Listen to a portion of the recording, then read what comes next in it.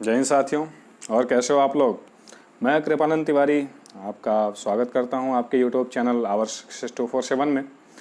तो आशा करता हूं कि आप और आपके परिवार के लोग सुरक्षित होंगे, आप लोग, और आप लॉकडाउन का पालन करते होंगे और ज़रूरत पड़ने पे ही घर से बाहर निकलते होंगे। ऐसे तो आप देख रहे हैं कि बहुत सारी रियायतें मिली हैं घर से बाहर निकलने के लिए, लेकिन हमें अपना भी ख्याल रखना है और अपने फैमिली का भी ख्याल रखना है, हमारे वजह से किसी को किसी प्रकार की कोई दिक्कत का सामना ना करना पड़े दोस्तों। ठीक है, तो चलिए इसी के साथ साथ हमारी पढ़ाई भी जारी रखनी है और इसी में हमारी एक वीडियो जो आ गई है आपके लिए काफ़ी यूज़फुल वीडियोज़ है आपके एग्ज़ाम के पॉइंट ऑफ व्यू से दोस्तों। ठीक है, जैसा कि आप देख रहे हैं फिजिक्स में बहुत सारी ऐसे क्वेश्चंस आते हैं जो कि हम छोड़ आते हैं, और वो क्वेश्चंस हमें छोड़ने के लिए नहीं आते हैं, क्योंकि ऐसे क्वेश्चंस जो होते हैं हम उस क्वेश्चन को काफ़ी आसानी से कर सकते हैं एग्जाम हॉल में, क्योंकि उसमें उपकरण दिए होते हैं।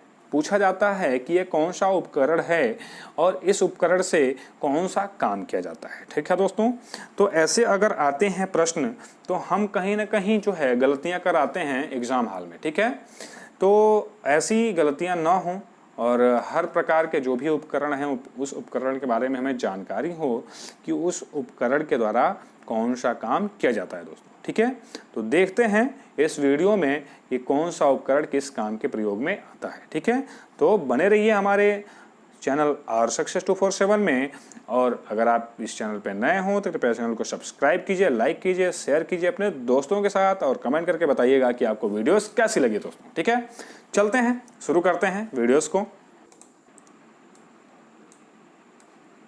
जी, प्रमुख उपकरण एवं उसके उपयोग। तो जी हाँ दोस्तों, जो उपकरण हैं उसके उपयोग को देखना है और उन उपकरणों के नाम के बारे में हमें जानकारी लेनी है। ठीक है, जैसा कि दिया हुआ है दोस्तों, अल्टीमीटर। हम बिल्कुल जूम आउट कर देते हैं क्योंकि थोड़ा सा प्रमुख उपकरण एवं उसके उपयोग। अब यहाँ पे दिया है दोस्तों अल्टीमीटर। अब अल्टीमीटर जो होता है क्या करता है कि अल्टीमीटर से उड़ते हुए विमानों से, मतलब जो उड़ते हुए विमान हैं उनकी ऊंचाई को मेजरमेंट करने के लिए अल्टीमीटर का प्रयोग किया जाता है। अब अल्टीमीटर के द्वारा हम पता लगा सकते हैं कि कौन सा वायुयान, कौन सा हेलीकॉप्टर कितनी ऊंचाई पे उड़ रहा है दोस्तों। ठीक है, तो अल्टीमीटर का प्रयोग किसके लिए होता है दोस्तों? अल्टीमीटर का प्रयोग उड़ते हुए विमानों की ऊंचाई को मापने के लिए होता है। ठीक है, चलिए देखते हैं अगले वाले पॉइंट को। अमीटर। अमीटर क्या है दोस्तों? अमीटर के द्वारा विद्युत धारा मापते हैं, मतलब कि तार में कितनी तेज या कितनी धारा बह रही है उसको मापने के लिए हम अमीटर का प्रयोग करते हैं।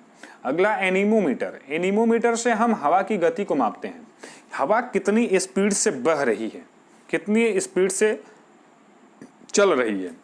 अगर हवा, जैसे कि आज के डेट में आप देख रहे हैं अम्फान नामक तूफान आया हुआ है, बंगाल की खाड़ी से टकराया हुआ है। ठीक है, अब कितनी तेज 180 किलोमीटर पर आवर की स्पीड से जो है वह हवा चल रही है, तो उसको नापने के लिए हमारा जो मौसम विभाग है एनीमोमीटर का प्रयोग करता होगा, और एनीमोमीटर से के प्रयोग से बता सकता है कि यह हवा कितनी स्पीड से चल रही है और इसका वेग कितनी दूरी चलने के बाद कम हो सकता है। ठीक है दोस्तों, अगला है ऑडियोमीटर। ऑडियोमीटर से जो है ध्वनि की तीव्रता मापते हैं। अब जैसे क्या है, ध्वनि कितनी दूर तक जा रही है, ठीक, इस ध्वनि का प्रभाव कितनी दूर तक है, इससे हम ऑडियोमीटर की मदद से हम इसे माप सकते हैं। अगला है बैरोमीटर। बैरोमीटर जो है वायुमंडलीय दाब मापने में करते हैं। अब हवा का दाब कितना बना हुआ है, ठीक, कौन से स्थान पे हवा का दाब कितना है उसको मापने के लिए बैरोमीटर का प्रयोग करते हैं। ठीक है, हम किसी दिन इन सभी उपकरणों के चित्र आपके सामने प्रदर्शित कर देंगे, इमेज को शो आउट कर देंगे, ताकि आप उन सभी इंस्ट्रूमेंट को, उन सभी उपकरणों को आसानी से पहचान सकें। ठीक है दोस्तों, अगला है फैदोमीटर। थोड़ा सा स्लाइड ऊपर करते हैं। अगला है क्या दोस्तों? फैदोमीटर। अब फैदोमीटर से क्या होता है दोस्तों? ढक गया जी। अब फैदोमीटर से क्या दोस्तों? फैदोमीटर से समुद्र की गहराई मापने में इसका प्रयोग किया जाता है। जैसे कि मान लीजिए कि समुद्र की गहराई कितनी है, अगर हमें इसका मापन करना है तो इसके लिए फैदोमीटर का प्रयोग किया जाता है कि पानी कहाँ तक है, ठीक है, और बड़े बड़े नदियों, बड़े बड़े तालाबों और बड़े बड़े समुद्रों, गहराई जैसे जगहों को मापने के लिए हम फायदोमीटर का प्रयोग करते हैं। हाइड्रोमीटर, हाइड्रोमीटर का प्रयोग जो है द्रवों की अपेक्षित घनत्व को मापने में करते हैं कि कौन सा द्रव कैसे घनत्व का है, किस घनत्व का है, उसके घनत्व को कैसे माप सकते हैं। तो इसके लिए हम हाइड्रोमीटर का प्रयोग करते हैं। अगला है विस्कोमीटर, द्रवों की श्यानता मापने में करते हैं। मतलब एक हाइड्रोमीटर है जो कि द्रवों के अपेक्षित घनत्व को मापने के में प्रयोग में आता है। एक विस्कोमीटर है जो कि द्रवों की श्यानता मापने में इसका प्रयोग होता है। अगला है सिस्मोग्राफ, जिसमें भूकंपों को रिकॉर्ड करने में इसका प्रयोग किया जाता है। मतलब भूकंपीय तरंगों को रिकॉर्ड करने में इसका प्रयोग किया जाता है। और उसी के साथ साथ है रिएक्टर स्केल। यहाँ पे क्या है कि भूकंपीय तरंगों की तीव्रता मापने में इसका प्रयोग होता है कि भूकंप कितने रिएक्टर स्केल पे आता है। जितना तेज आएगा भूकंप, रिएक्टर स्केल वैसे बढ़ेगा, जितना भूकंप तेज आएगा रिएक्टर स्केल वैसे बढ़ेगा। और सिस्मोग्राफ पे यह पता चल जाएगा कि कितने तेजी से भूकंप आया हुआ है, कितनी गहराई से आया हुआ है दोस्तों, ठीक है। अगला है रडार। रडार से क्या हम मापते हैं दोस्तों? वायुयान की स्थिति मापते हैं, कौन सी वायुयान कौन सी दिशा में और कितनी स्पीड से चल रही है, हम इस रडार की मदद से माप लेते हैं, ठीक है।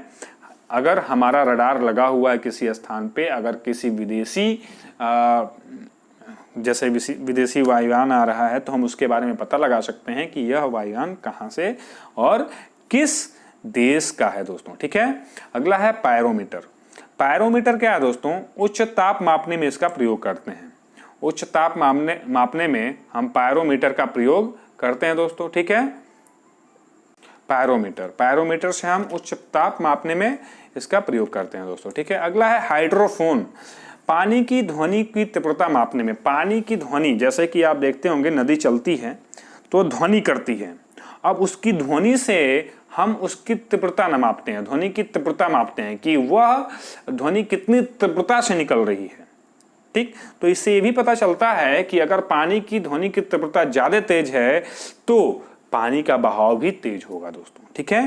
पानी का बहाव भी तेज होगा और यह अगर नदी के पानी का बहाव तेज है तो कहीं ना कहीं वह कटान कर सकता है। इसलिए हाइड्रोफोन की मदद से पानी की ध्वनि की तीव्रता को भी मापा जाता है, ठीक है। इन सभी चीज़ों का उपयोग हमारे दैनिक जीवन में होता है, हमारी सरकारें इसका उपयोग करती हैं दोस्तों, ठीक है। अगला है स्फिग्नोमैनोमीटर। इसका जो होता है रक्तचाप मापते हैं। रक्तचाप मापी होता है, यहाँ से बांध दिया जाता है और रक्तचाप मापा जाता है कि आपका बीपी कितना है, ब्लड प्रेशर कितना है, ठीक है दोस्तों। अगला है स्टेथोस्कोप। स्टेथोस्कोप जो है जिसे आला डॉक्टर हमेशा लगाया रहता है अपने गले में और इससे बीमारी के बारे में पता लगाता है। हमारे सीने पे लगाता है, धड़कन पे लगाता है, पेट पे लगाता है, फिर उसे कुछ ध्वनियाँ सुनाई देती हैं जिसके माध्यम से पता लगाता है कि कहाँ पे हमारे शरीर के अंदर खराबी है, कहाँ पे हमारे शरीर के अंदर विकार चल रहा है, ठीक है दोस्तों। अगला है हाइग्रोमीटर। इसमें है अपेक्षित आर्द्रता मापने में कि आर्द्रता इस समय कितनी है, अपेक्षाकृत आर्द्रता से कहीं ज़्यादा तो नहीं है, कहीं कम तो नहीं है, तो हाइग्रोमीटर से इसके बारे में जानकारी लेते हैं। अगला है कैलोरीमीटर। अब यहाँ पे क्या है कि कैलोरी के बारे में, मतलब ऊष्मा की मात्रा मापने में करते हैं। कैलोरी ऊष्मा की मात्रा मापने में करते हैं कि कितनी कैलोरी की ऊष्मा चल रही है, ठीक है। अभी है माइक्रोस्कोप। सूक्ष्म वस्तुओं को देखने में, जैसे कि आप देखते होंगे कि हर लेबोरेटरी में माइक्रोस्कोप होता है, देखा जाता है, सूक्ष्म अणुओं को देखा जाता है, छोटे छोटे कण को देखा जाता है। बहुत चीज़ें होती हैं जिसे माइक्रोस्कोप के माध्यम से हम आसानी से देख सकते हैं दोस्तों, ठीक है। आगे चलते हैं, देखते हैं कौन सा है ग्रामोफोन। ग्रामोफोन मतलब रिकॉर्ड पर अंकित ध्वनि को सुनने के लिए, मतलब ग्रामोफोन की मदद से हम किसी भी ध्वनि को अगर रिकॉर्ड करते हैं तो उसे हम आसानी से सुनने के लिए ग्रामोफोन का इस्तेमाल करते हैं, ठीक है दोस्तों। ग्रामोफोन का इस्तेमाल उसके द्वारा किया जाता है। अगला है गैल्वेनोमीटर। गैल्वेनोमीटर से विद्युत धारा की दिशा व मात्रा ज्ञात की जाती है। अब गैल्वेनोमीटर से क्या होता है कि विद्युत की धारा किस दिशा में चल रही है, ठीक है, किस दिशा में विद्युत की धारा चल रही है और उसकी मात्रा कितनी और कितनी तेज, कितनी मात्रा में, कितने वाट का वो विद्युत धारा चल रही है, तो उसे गैल्वेनोमीटर के द्वारा पता किया जाता है। अगला है लैक्टोमीटर। लैक्टोमीटर के माध्यम से हम दूध की शुद्धता मापने में इसका प्रयोग करते हैं, दूध का घनत्व मापने में इसका प्रयोग करते हैं लैक्टोमीटर का। अगला है कार्डियोग्राफी, हृदय की गति की जांच करने में होता है कार्डियोग्राफी। जैसे कि आप नाम सुनोगे, ईसीजी करा कर लाइए फिर मैं जान पाऊंगा, डॉक्टर कहता है कि आपका हार्ट का क्या इस समय रूटीन चल रहा है, ठीक है। तो कार्डियोग्राफी की मदद से हम हृदय की गति के बारे में जानते हैं और जिसमें ईसीजी भी आता है, ठीक है। स्पेक्ट्रोमीटर, स्पेक्ट्रोमीटर जो है अपवर्तनांक मापने में आता है, अपवर्तनांक मापने में स्पेक्ट्रोमीटर का प्रयोग किया जाता है। मैनोमीटर, गैसों का दाब मापने में इसका प्रयोग किया जाता है, मैनोमीटर के माध्यम से हम गैसों के दाब को आसानी से माप सकते हैं। अगला है किस यंत्र का प्रयोग पनडुब्बियों में होता है जिसकी सहायता से पानी में डूबी हुई ही पानी के ऊपर से के दृश्य को देखा जा सकता है। मतलब पनडुब्बी में अगर कोई व्यक्ति, पनडुब्बी अगर नीचे चल रही है तो हम पेरिस्कोप के माध्यम से हम पानी के अंदर रहते हुए भी ऊपर के दृश्य को आसानी से देख सकते हैं, उसको समझ सकते हैं कि हम नीचे हैं तो ऊपर कैसा माहौल चल रहा है दोस्तों। इसी के मदद से पनडुब्बियां आसानी से पानी के अंदर रहती हैं और ऊपर अपना देखती रहती हैं कि कहाँ पे कैसा माहौल चल रहा है, ठीक है। चलते हैं, देखते हैं किस यंत्र का प्रयोग छोटे रंगीन टुकड़ों से बनने वाले आश्चर्यजनक आकारों को देखने के लिए किया जाता है। कैलिडोस्कोप, कैलिडोस्कोप के माध्यम से छोटे से छोटे, ध्यान दीजिएगा,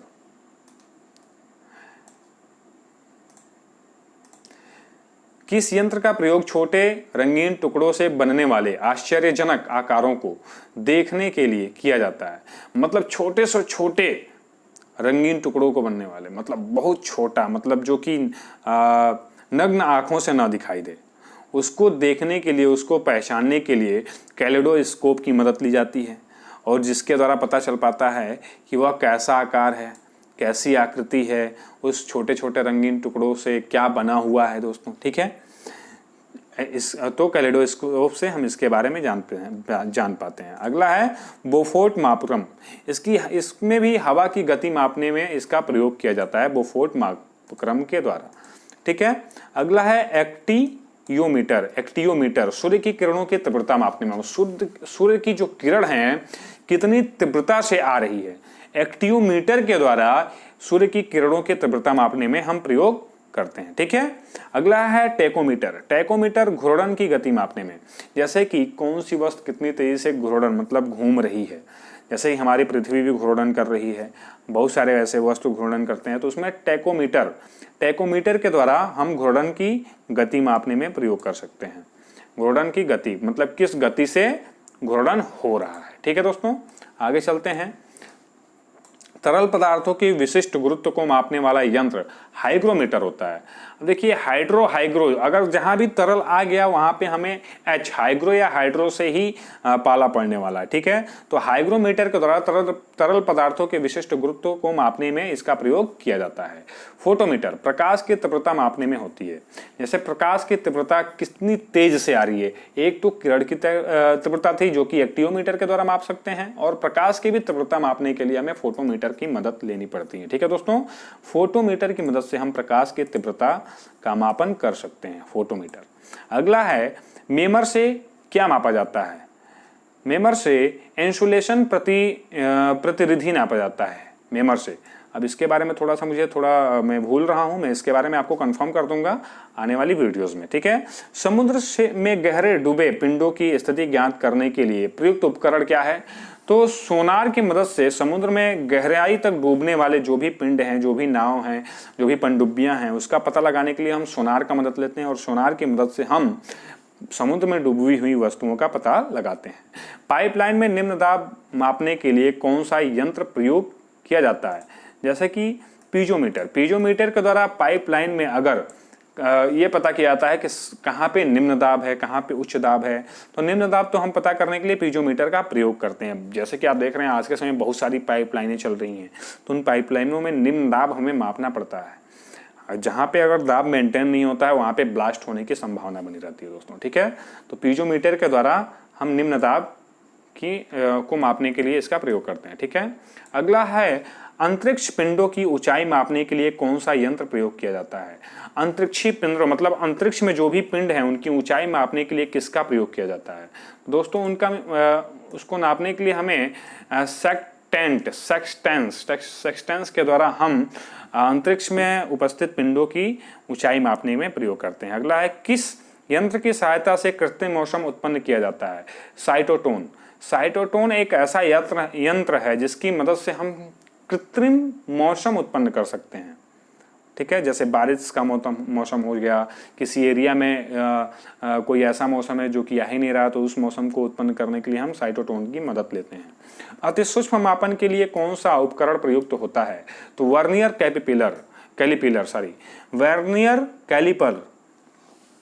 कैलिपर जो है इसकी मदद से हम अति सूक्ष्म मापन का हम कार्य संपन्न करते हैं। ठीक है, मतलब बहुत ही छोटे से छोटी इकाई को मापने के लिए हम वर्नियर कैलिपर का प्रयोग करते हैं। अगला है सेलेनोमीटर यंत्र का प्रयोग किसी घोल में लवण की मात्रा निर्धारित करने के लिए होती है। मतलब सेलेनोमीटर का जो प्रयोग होता है, अगर किसी घोल में लवणता कितनी है उसको अगर मापना है तो हम सेलेनोमीटर का प्रयोग करते हैं दोस्तों। ठीक है, तो जो भी मैंने आपको ये दिखाया है, जो भी उपकरण हमने आपको बताया है, सारे के सारे उपकरण पीछे एग्जाम में या फिर आने वाले आगामी एग्जामों में कहीं ना कहीं हमारे द्वारा पूछे ही जाएंगे, मतलब हमसे पूछे ही जाएंगे पेपर्स में। तो हमें इनको देखना ही काफ़ी ज़रूरी है और पढ़ना भी काफ़ी ज़रूरी है दोस्तों। ठीक है, अगला है कैरेटोमीटर। कैरेटोमीटर जो है सोने की शुद्धता मापने में, कितने कैरेट का सोना है। ठीक है, तो उस जैसे 24 का है, कितने कैरेट का सोना है, तो उसको मापने के लिए कैरेटोमीटर का प्रयोग होता है दोस्तों। ठीक है, अगला है प्रत्यावर्ती धारा की माप किस यंत्र से की जाती है। तप्त तार और अमीटर के माध्यम से, मतलब इसकी मदद से हम प्रत्यावर्ती धारा का मापन कर सकते हैं आसानी से। ठीक है दोस्तों, पौधों में वाष्पोत्सर्जन दर के निर्धारण के लिए किस यंत्र का उपयोग होता है। तो पोटोमीटर। पोटोमीटर के द्वारा जो पौधों में वाष्पोत्सर्जन होता है उसका निर्धारण कैसे होगा, उसे हम कैसे जान पाएंगे कि कब कैसे उसका वाष्पोत्सर्जन हो रहा है। तो उसको नापने के लिए, उसका निर्धारण करने के लिए फोटोमीटर का प्रयोग किया जाता है। अगला है बैलिस्टिक गैल्वेनोमीटर से क्या मापते हैं। क्षणिक आवेश, मतलब कि क्षणिक आवेश को मापने के लिए हमें बैलिस्टिक गैल्वेनोमीटर की मदद लेनी पड़ती है दोस्तों। ठीक है, आगे पानी के अंदर की वस्तुओं की दूरी, दिशा तथा गति मापने के लिए परावैगनी तरंगों का उपयोग किस युक्ति में किया जाता है। तो सोनार में जो है क्या क्या होता है, परावैगनी किरण होते हैं और उन्हीं को छोड़ा जाता है। जैसे कि परावैगनी जो किरणें होती हैं वह जाती हैं और उस वस्तु से टकराती हैं। जो वस्तु अगर पानी में डूबा है तो उस वस्तु से टकराती हैं और टकराकर तुरंत ऊपर की तरफ जब वो रिफ्लेक्ट होती हैं, तो सोनार एक ऐसा यंत्र है जो उसे टकराने से लेकर के उसके पास आने तक का रिकॉर्ड करता है और उन्हीं तक पता करता है कि यहाँ से वह परावैगनी तरंग गई है और वहाँ इतने देर में टकराई है, तो इसकी गहराई कितनी हो सकती है दोस्तों। तो परावैगनी किरणों के मदद से ही, तरंगों के मदद से ही हम पानी में डूबे हुए वस्तुओं का पता लगा सकते हैं। तो हम सोनार पे एक वीडियो आपको बनाएंगे, फिर आपको बताएंगे कि कैसे पता लगाया जाता है। ठीक है दोस्तों, बादलों की दिशा एवं गति को मापने वाला यंत्र जो है नेफोमीटर होता है। नेफोमीटर की मदद से हम बादलों की दिशा और गति को हम माप सकते हैं कि बादल किस दिशा में किस गति से जा रहे हैं। जैसे कि हम जानते हैं कि बादल लग रहे हैं, घटा घनघोर घटा छाई है, तो बारिश तो होगी ही, लेकिन आया हवा का झोंका घनघोर घटा को लेकर चला गया। अब कितनी स्पीड से लेके गया है और किस दिशा में लेके गया है, इसको नापने के लिए इसको नापने के लिए हमें नेफोमीटर का प्रयोग किया जाता है दोस्तों। ठीक है, अगला है थर्मोकपल का प्रयोग किस कार्य में होता है। तो तापमान के लिए होता है। थर्मोकपल का प्रयोग तापमान को बढ़ाने के लिए किया जाता है, मतलब तापमान के लिए ही हम थर्मोकपल का प्रयोग करते हैं दोस्तों। ठीक है, तापमान को मापने के लिए भी कर सकते हैं। ठीक है, तो जैसा कि अभी तक हम लोग जो ये उपकरणों का वीडियो हम लोगों ने देखा है, ये हमारे एग्जाम के पॉइंट ऑफ व्यू से काफ़ी इंपॉर्टेंट वीडियो है दोस्तों। अगर आपको वीडियोज़ अच्छी लगी है तो आप लाइक कीजिए, अपने दोस्तों में शेयर कीजिए और कमेंट करके बताइए कि वीडियोज़ आपको कितनी अच्छी लगी है और आपके एग्जाम के लिए कितनी हेल्पफुल वीडियो। ठीक है दोस्तों, आशा करता हूँ क्योंकि ये वीडियो तो बिल्कुल 100% आपके एग्जाम के लिए काफ़ी इंपॉर्टेंट वीडियो है। ठीक है, चलते हैं, मिलते हैं अगले वीडियोज़ में। तब तक अपना ख्याल रखिए, अपने परिवार का ख्याल रखिए और घर पे रहिए, लॉकडाउन का पालन कीजिए और काफ़ी ज़रूरत पड़ने पे ही घर से बाहर निकलिए दोस्तों। ठीक है, so please like share and comment to our success 247 के लिए। ठीक है, धन्यवाद दोस्तों।